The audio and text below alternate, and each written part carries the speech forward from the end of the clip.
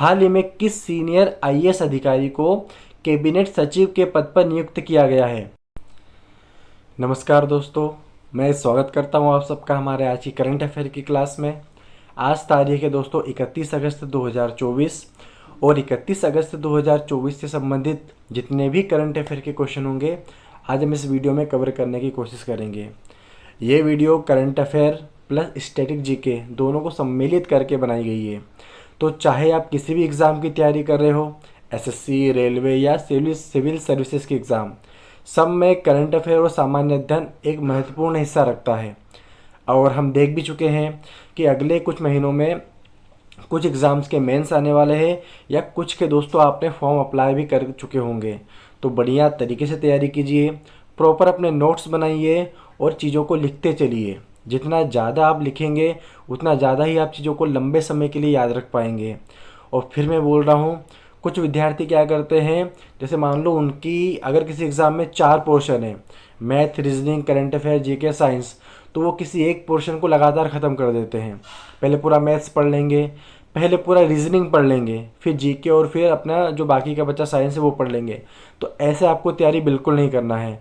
आप डेली हर विषय को, math, reasoning, science, current affair, जो भी आपका सब्जेक्ट है जो पेपर में आने वाला है, डेली आप थोड़ा थोड़ा समय हर सेक्शन को दीजिए, तभी आपकी तैयारी दोस्तों इम्प्रूव हो पाएगी। तो चलिए, बहुत ही बढ़िया, जुड़ जाइए, अपने दोस्तों को शेयर कर दीजिए और बढ़िया तरीके से। कल मैंने आखिरी में आपसे एक सवाल पूछा था कि आईसीसी के हाल ही में चेयरमैन किसे बनाया गया है। तो दोस्तों इसका सही उत्तर है जय शाह। जय शाह सबसे युवा भारतीय है जो 35 वर्ष की उम्र में आईसीसी के चेयरमैन का पद संभालेंगे। हालांकि वो इस पद पर नियुक्त होने वाले 5वें भारतीय हैं, लेकिन सबसे युवा भारतीय ऐसे पहले हैं जो आईसीसी के चेयरमैन के पद पर नियुक्त हुए हैं। तो इनसे पहले ऐसे कौन से 4 हैं जिन्होंने इस पद पर काम किया है? तो जगमोहन डालमिया, शरद पवार, एन श्रीनिवासन और शशांक मनोहर। इनके बाद 5वें भारतीय है जय शाह। दोस्तों आज का वीडियो भी आप लोग पूरा देखना। वीडियो के आखिरी में मैं आपसे सवाल पूछूंगा जिनका आंसर आपको दोस्तों कमेंट बॉक्स में देना है। क्वेश्चंस के बारे में आप जितना भी जानते हैं आपको लिखना है, इससे आपका ही दोस्तों नॉलेज इंप्रूव होगा। पहला सवाल है दोस्तों, हाल ही में पेरिस ओलंपिक खेलों में भारत को पहला गोल्ड मेडल किस खिलाड़ी ने दिलाया है? दिन की शुरुआत करेंगे सोने से, गोल्ड से। जी हाँ दोस्तों, देखते हैं ऑप्शन। पहला ऑप्शन है प्रीति पाल, बी मोना अग्रवाल, सी नरेश नरवाल या डी अवनी लेखरा। इसका सही आंसर आप लोग टिक कर लीजिए। मैं लगाता हूँ, इसका सही आंसर है option number D, Avani Lekhara. जी हाँ, अवनी लेखरा ने 10 मीटर एयर पिस्टल में भारत को पेरिस पैरालंपिक खेलों में अपना पहला गोल्ड मेडल दिलाया है दोस्तों। अब पेरिस पैरालंपिक का खेलों की शुरुआत हुई है 28 अगस्त से और इनका अंत जो होगा वो होगा दोस्तों 8 सितंबर को। भारतीय दल के ध्वजवाहक कौन है? तो सुमित अंतिल और भाग्यश्री जाधव, इन्होंने भारतीय दल की दोस्तों अगुवाई की है। ठीक है, 28 अगस्त से दोस्तों पेरिस पैरालंपिक खेल शुरू हो चुके हैं। शुक्रवार को भारतीय शूटर अवनी लेखरा, इन्होंने 10 मीटर एयर पिस्टल में भारत को गोल्ड मेडल दिलवाया है दोस्तों। भारत का पेरिस पैरालंपिक में पहला गोल्ड मेडल। बहुत ही इंपॉर्टेंट क्वेश्चन है, आपको याद रखना है, अवनी लेखरा ने दिलवाया है। क्या स्कोर रहा है इनका? 249.6 इन्होंने स्कोर किया है शूटिंग के खेल में। फिर बात कर लेते हैं सिल्वर मेडल किन्होंने दिलवाया है, तो मनीष नरवाल। ठीक, 10 मीटर एयर पिस्टल में इन्होंने दोस्तों सिल्वर मेडल जीता है। ओलंपिक खेलों के बाद हर 4 वर्ष के अंतराल में ही पैरालंपिक खेलों का आयोजन किया जाता है। ऐसे खिलाड़ी जो दिव्यांग है, शारीरिक रूप से सक्षम पूरी तरह से नहीं है, वह खिलाड़ी इन खेलों में हिस्सा लेते हैं। बात करें ब्रॉन्ज मेडल की, तो खिलाड़ी प्रीति पाल, इन्होंने विमेंस की 100 मीटर T35 की रेस में ब्रॉन्ज मेडल अपने नाम किया है। और Mona Agarwal, women's 10 metre air rifle shooting, इन्होंने ब्रॉन्ज मेडल जीता है। एक्चुअली अवनी लेखरा और मोना अग्रवाल, इन दोनों का भी दोस्तों कंपटीशन चल रहा था। दोनों एक ही खेल में पार्टिसिपेट कर रहे थे, जिसमें अवनी लेखरा ने दोस्तों गोल्ड मेडल जीता है और मोना अग्रवाल ने ब्रॉन्ज मेडल जीता है। तो सारे क्वेश्चंस को दोस्तों नोट कर लेना। आने वाले एग्जाम्स में स्पोर्ट्स से भी करंट अफेयर के दोस्तों क्वेश्चन पूछे जाते हैं। चलिए दोस्तों, बढ़ते अगले क्वेश्चन की तरफ। नेस्कॉम ने हाल ही में किसे अपना अध्यक्ष मनोनीत किया है? देख लेते हैं option. Option A Anil Kumar, option B Rajesh Nambiar, C Sudha Joshi या डी प्रताप सिंह। तो दोस्तों इसका जो सही आंसर है वो हो जाएगा option number B, Rajesh Nambiar. जी हाँ, अभी नेस्कॉम ने राजेश नाम्बियार को अपना अध्यक्ष मनोनीत किया है। ठीक है, अब बात आई है नेस्कॉम की, तो जान लेते हैं नेस्कॉम है क्या आखिर में। National association of software services companies. ठीक, ये इसका फुल फॉर्म होता है। एक्चुअली ये क्या है, एक आईटी कंपनी है, ग्रुप ऑफ कंपनीज भी बोल सकते हैं इसको, आईटी कंपनी है। सूचना प्रौद्योगिकी क्षेत्र में ये काम करती है। नेस्कॉम की स्थापना कब हुई थी? 1988 में इसकी स्थापना की गई थी। तो ये क्वेश्चन याद रखिएगा। जिसके अभी जो अध्यक्ष है वो कौन है दोस्तों? राजेश नाम्बियार जी। चलिए देखते हैं अगला क्वेश्चन। किस देश ने हाल ही में सेफ यानी कि दक्षिण एशियाई फुटबॉल महासंघ के द्वारा आयोजित अंडर 20 का खिताब अपने नाम किया है? ठीक है, अब ये सेफ सवाल में आया कि सेफ क्या है, तो साउथ एशियन फुटबॉल फेडरेशन, ये इसका फुल फॉर्म होता है दोस्तों, याद रखिएगा। किसने सेफ अंडर 20 फुटबॉल प्रतियोगिता किस देश ने भी जीती है? ऑप्शन देख लेते हैं। Bharat, B Sri Lanka, D C Bangladesh और डी पाकिस्तान। दोस्तों अभी बहुत ही महत्वपूर्ण खबर आई है, बांग्लादेश ने पहली बार अंडर 20 का जो खिताब है वो दोस्तों अपने नाम किया है। बहुत ही इंपॉर्टेंट न्यूज़ है, और क्योंकि ऐसा इसलिए है क्योंकि उसने दोस्तों पहली बार जीता है बांग्लादेश ने, आज तक कभी नहीं जीता था, पहली बार सिर्फ अंडर 20 का खिताब अपने नाम किया है। ठीक है, तो बात कर लेते हैं बांग्लादेश के बारे में। पहली बार जीता है। सिर्फ अंडर 20 जो प्रतियोगिता है ये द्विवार्षिक आयोजन इसका होता है, मतलब 2 साल में एक बार होता है। अब भारत ने नहीं जीता क्या? तो दोस्तों ऐसा नहीं है, भारत ने भी इससे पहले कई बार इसको जीता है। 2019 की बात कर ले, 2022 या 2023, ये टाइटल भारत ने अपने नाम किया है। ठीक है, इस साल की बात करें तो जीता है बांग्लादेश ने। किसको हरा कर जीता है? तो नेपाल को हराकर दोस्तों ये खिताब अपने नाम किया है। ठीक है, हाल ही में बांग्लादेश चर्चाओं का विषय भी बना हुआ है। बांग्लादेश के बारे में दोस्तों हम जान लेते हैं। दिख रहा है आपको मैप में, भारत के बगल में बांग्लादेश, इसकी राजधानी है दोस्तों ढाका। ठीक है, जब हमारा देश आज़ाद हुआ था तो पाकिस्तान भी 2 रूपों में बना हुआ था, पूर्वी पाकिस्तान और पश्चिमी पाकिस्तान। तो पूर्वी पाकिस्तान ही दोस्तों बाद में जाके बांग्लादेश बना। 1971 तक ये पाकिस्तान का हिस्सा था। ठीक है, आंतरिक संकट के कारण जो युद्ध हुआ था हमने, तो 26 मार्च 1971 को फिर पूर्वी पाकिस्तान के रूप में न होकर ये बांग्लादेश, ये अपना नया देश बना हुआ है। ठीक है, अभी इस बार ठान लिया है दोस्तों मंजिल को पाना है, इस बार ठान लिया है मंजिल को पाना है, रुकना नहीं है, कुछ करके ही जाना है। बढ़ते हैं हमारे अगले सवाल की ओर।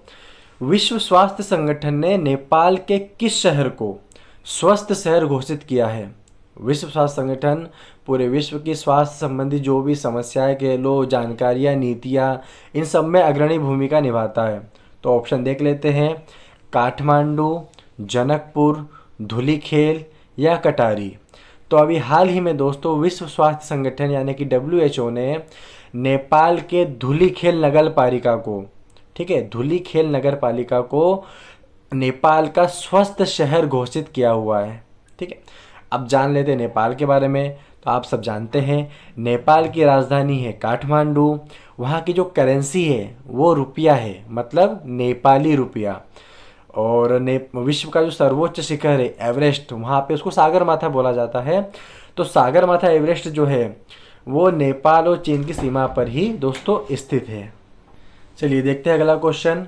भारत ने किस देश के साथ मंत्री स्तरीय गोलमेज सम्मेलन में दोस्तों भाग लिया है? ठीक है, किस देश के साथ लिया है? ऑप्शन देख लेते हैं हम। बांग्लादेश, सिंगापुर, म्यांमार या भूटान।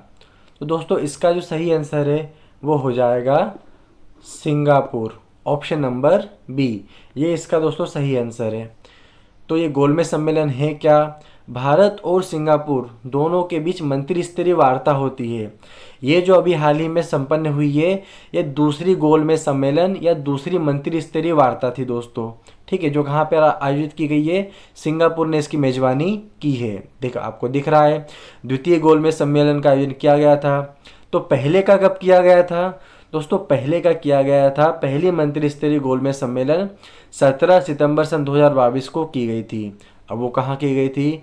नई दिल्ली में दोस्तों की गई थी। तो दो मतलब गोलमेज सम्मेलन हो चुके हैं भारत और सिंगापुर के बीच, पहला दिल्ली में, दूसरा सिंगापुर में। आप इस चीज़ को भी ध्यान रखिएगा। बात सिंगापुर की हुई है तो एशिया का ही देश है दोस्तों सिंगापुर, जिसकी राजधानी क्या है? Singapore city. और दोस्तों करंट अफेयर की दुनिया या सामान्य ज्ञान की दुनिया में कुछ चीज़ें हमेशा कुछ हद तक निश्चित होती है। एग्जाम्स में क्वेश्चन पूछे जाते हैं तो करंट अफेयर उसका जो पास्ट हिस्ट्री है दोस्तों, पुराना इतिहास है, दोनों को मिला के भी कई बार क्वेश्चन पूछ लिए जाते हैं। तो अगर आप किसी क्वेश्चन के बारे में पढ़े तो थोड़ा डिटेल में पढ़े। ठीक है, हम अगला क्वेश्चन देख लेते हैं। किस खिलाड़ी ने हाल ही में IBSF विश्व अंडर 17 स्नूकर चैंपियनशिप का खिताब अपने नाम किया है? ऑप्शन पे नज़र डालें। क्रिश्चियन रिक्टर, बी नताशा चेतन, सी चेन वाई है, या डी अनिल कुमार। तो दोस्तों इसका जो सही ऑप्शन है वो हमारा हो जाएगा option number A, Christian Richter. जी हाँ दोस्तों, जर्मनी के खिलाड़ी है क्रिश्चियन रिक्टर और इन्होंने हाल ही में IBSF world under 17 snooker championship को दोस्तों अपने नाम किया है। अब बात हुई जर्मनी के खिलाड़ी है, तो जर्मनी की राजधानी क्या है दोस्तों? बर्लिन। और जर्मनी की जो करेंसी है उसको क्या बोलते हैं? यूरो। अभी मैप वगैरह आपको इसमें नहीं दिख रहे होंगे, अगले वीक से आप इसको मैप नेविगेशन भी इसमें हम कर पाएंगे, करेंसी भी कर पाएंगे और वहाँ के फ्लैग के बारे में भी दोस्तों जान पाएंगे। थोड़े सोर्सेस कम हैं पर अगले वीक से, अगले हफ्ते से हम उसको दोस्तों कवर करेंगे। और हर संडे को हम कैरियर काउंसलिंग करते हैं, तो कोई भी आपके सवाल हो आप बेझिझक पूछ सकते हैं, हम आपको बिल्कुल गाइड करेंगे। इसके अलावा अगर आप किसी कंपटीशन एग्ज़ाम की तैयारी कर रहे हैं और किसी सब्जेक्ट में आपको दिक्कत है या कोई भी स्टडी मटेरियल आपको चाहिए तो दोस्तों बिल्कुल फ्री आप हमसे बोल सकते हैं, हम आपको पूरी कोशिश करेंगे, हमारी टीम आपको प्रोवाइड करवाने की। चलिए चलते हैं हमारे अगले सवाल की ओर। हाल ही में किसे नेशनल सिक्योरिटी गार्ड यानी कि NSG का नवीन महानिदेशक नियुक्त किया गया है? ऑप्शंस पे नज़र डालें। अनूप कुमार, बी श्रीनिवास, दलजीत सिंह या कश्यप कुमार।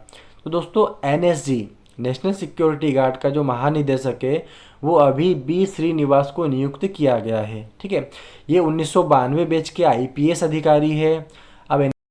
अब दोस्तों बात करें NSG की, तो NSG जो है वो सुरक्षा बल गृह मंत्रालय के अंतर्गत ही ये काम करता है। ठीक है, इसकी स्थापना कब की गई थी? NSG की स्थापना दोस्तों 1986 में की गई थी। कई बार आपने देखा भी होगा जो हमारे बड़े नेता लोग हैं जो उनकी सिक्योरिटी में आपने NSG कमांडोज को देखा होगा, तो काफ़ी ट्रेंड कमांडोज रहते हैं सुरक्षा के लिहाज से और काफ़ी एकदम अचूक उनकी सुरक्षा रहती है, ऐसा माना जाता है भारत में। तो बहुत बढ़िया उनकी सुरक्षा रहती है, इसलिए उनको नेता लोगों की सुरक्षा में भी कई बार हम देखते हैं। यही NSG कमांडोज होते हैं जिनकी स्थापना, जो NSG की स्थापना 1986 में दोस्तों की गई थी। चलिए दोस्तों अगला जो हमारा क्वेश्चन है वो स्वास्थ्य क्षेत्र से संबंधित है, देख लेते हैं। हाल ही में किसने हैजा बीमारी से निपटने के लिए एक टीका विकसित किया है? ठीक है, ऑप्शन पर नज़र डालते हैं। मेटिएका फार्मा लिमिटेड, संजीवन biotech limited, aroma health limited या भारत बायोटेक इंटरनेशनल लिमिटेड। तो दोस्तों इसका जो सही ऑप्शन है आपका ऑप्शन नंबर डी है, भारत बायोटेक इंटरनेशनल लिमिटेड। ठीक, इन्होंने अभी हैजा रोधी ओरल टीका विकसित किया हुआ है। ओरल मतलब इसे हम मुंह के द्वारा लेंगे, इंजेक्शन के द्वारा इसको हमारी बॉडी में नहीं ले सकते हैं। ध्यान देखिए दोस्तों, ओरल टीका विकसित किया है। हैजा बीमारी जो है अभी इसके केस बहुत ज़्यादा सामने आ रहे थे। ठीक है, इसलिए इन्होंने ये टीका जो है वो विकसित किया है। क्या नाम है इसका? तो इसे हिलकॉल नाम दिया गया है। ठीक, किसके साथ मिलके बनाया है? तो हिलमैन लेबोरेटरीज, इन दोनों ने मिलके ये हैजा रोधी ओरल टीका दोस्तों विकसित किया हुआ है। क्वेश्चन है हमारा अगला, डेविड मलान का संबंध किस खेल से है? ऑप्शन पर नजर डालते हैं फटाफट। फुटबॉल, क्रिकेट, रग्बी या हॉकी। दोस्तों आप सभी जानते हैं क्रिकेट कर्मी बहुत ज़्यादा होते हैं, इसका आंसर है दोस्तों क्रिकेट। इंग्लैंड के विस्फोटक बल्लेबाज है डेविड मलान, आप सब ने हम सब ने उनको खेलते हुए देखा है, ठीक है। हाल ही में उन्होंने क्या है, संन्यास की घोषणा कर दी है। तो बड़ा इंपॉर्टेंट क्वेश्चन हो जाता है, किस खेल से संबंधित है, क्रिकेट से, और किस देश के खिलाड़ी हैं, तो इंग्लैंड के खिलाड़ी हैं दोस्तों, विस्फोटक बल्लेबाज है। और जॉस बटलर के बाद ऐसे बल्लेबाज है जिन्होंने तीनों फॉर्मेट्स में शतक लगाया हुआ है, मतलब T20 में भी, वनडे में भी और टेस्ट क्रिकेट में भी इन्होंने शतक लगाया हुआ है जॉस बटलर के बाद। और आईसीसी की रैंकिंग में भी ये दोस्तों नंबर 1 पे रह चुके हैं। तो इतना, हाँ जी दोस्तों, तो ये थी हमारी आज की करंट अफेयर की क्लास। हमने सामान्य ज्ञान, सामान्य जीके और करंट अफेयर के बहुत सारे अच्छे अच्छे क्वेश्चंस कवर किए हैं। वीडियो अच्छा लगे तो लाइक करें। और मैं आज आपसे इस क्लास का सवाल पूछ रहा हूँ जिसका आंसर आप मुझे कमेंट बॉक्स में देंगे। तो आज का सवाल है हमारा, हाल ही में किस सीनियर आईएएस अधिकारी को कैबिनेट सचिव के पद पर नियुक्त किया गया है। कैबिनेट से भी सवाल पूछे जाते हैं, बड़ा इंपॉर्टेंट सवाल है ये सवाल मैंने आपसे पूछा है, आप इसका आंसर मुझे कमेंट बॉक्स में देंगे। ऑप्शन देख लेते हैं, अमिताभ कांत, राजीव गौबा, टीवी सोमनाथन या अशोक सिंह। जो भी आपका सही आंसर है आप मुझे बताएंगे। कल मैं इसका आंसर आपको कल की क्लास में बताऊंगा। तो बहुत ही बढ़िया सेशन रहा, आई होप आपने एंजॉय किया होगा। ठीक है दोस्तों, मिलते हैं कल की क्लास में, तब तक के लिए जय हिंद।